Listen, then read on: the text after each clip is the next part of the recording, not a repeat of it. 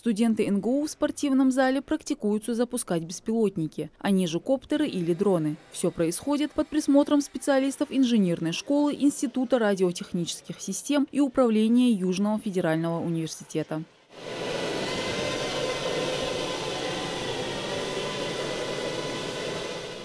Инженерные направления – одни из самых перспективных и востребованных на сегодняшний день на рынке труда. Для студентов это уникальная возможность попробовать себя в другом русле, помимо их основных занятий. На первый взгляд все очень просто – самоустройство и пульт для управления. Но одно неверное нажатие, и беспилотник может пойти против вас. И чтобы этого не произошло, движения должны быть плавными и аккуратными. Эти нюансы студентам объясняют специалисты. Вот эта кнопка делает, чтобы он отпускаться начал.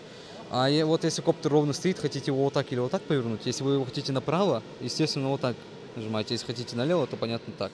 Если вы хотите, чтобы он прямо полетел, наводите джойстик прямо. Если он хотите, чтобы назад полетел, вы наводите его назад. Проект реализуется в рамках соглашения о сотрудничестве между НГУ и РТСУ Южного федерального университета. ВУЗ специализируется в 12 направлениях. Ребята могут попробовать себя в абсолютно разной стези. Это и промышленный дизайн, 3D-моделирование, как я уже сказала, это непосредственно графика, анимация.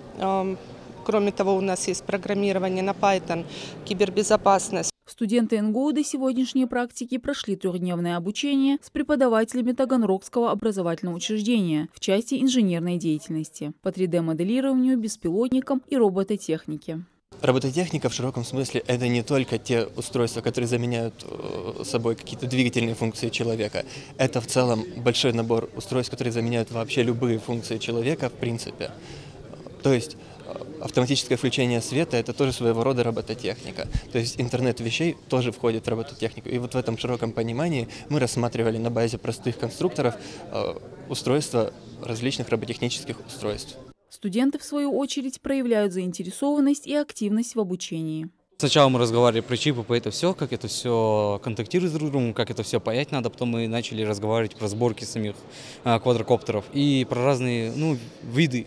Про их начали говорить мини, большие такие разные.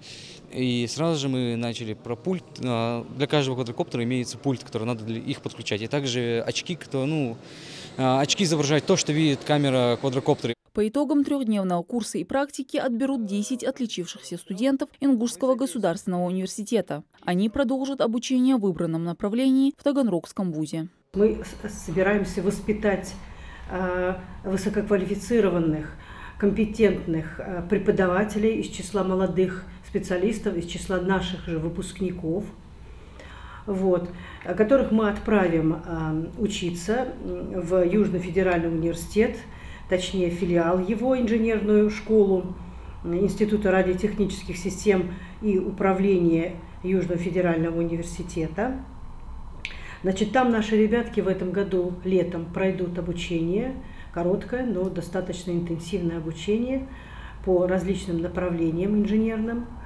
И по возвращении уже на базе колледжа нашего мы обязательно откроем такую маленькую мини-инженерную школу, которую мы для начала называем просто инженерный кружок, в котором будут обучаться и школьники, и наши студенты гуманитарно-технического колледжа. Ну и дальше по возрастающей наши бакалавры будут проходить специализированное обучение. И таким образом мы в первую очередь нацелены на воспитание поколения специалистов, преподавателей, которые будут уже растить и развивать инженерную школу.